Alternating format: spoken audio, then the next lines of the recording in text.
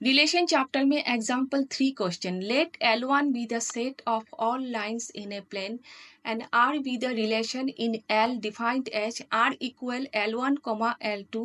L1 is perpendicular to L2. Show that R is symmetric but neither reflexive nor transitive. Relation question में एक set दिए हुए होते हैं और एक कंडीशन दिए हुए होते हैं। कंडीशन को सेटिस्फाई करके सेट से वैल्यू पिक करने पड़ते हैं। यहाँ पर सेट है L equal all lines in a plane और कंडीशन है रिलेशन में कि L1 is perpendicular to L2 और प्रूफ करने हैं R is symmetric but neither reflexive not transitive. सोच लीजिए L1 एक लाइन है। Let L1 is a line. क्या L1 के परपेंडिकुलर है? अगर मैं L1 के कॉपी करके पास में पेस्ट करूं तो L1 क्या उस लाइन का परपेंडिकुलर है? नहीं है। L1 उस लाइन का पैरेलल लाइन है, परपेंडिकुलर नहीं। L1 is parallel to itself but not perpendicular to itself. L1 is perpendicular to L2। वो आप पास के ड्राइंग में देख सकते हैं। ठीक है, तो अब रिफ्लेक्सिव होने के लिए सेम वैल्यूज और एलिमेंट्स होना जरूरी है, जैसे A B. L1 is not perpendicular to itself, so L1 is not include to R, so R is not reflexive.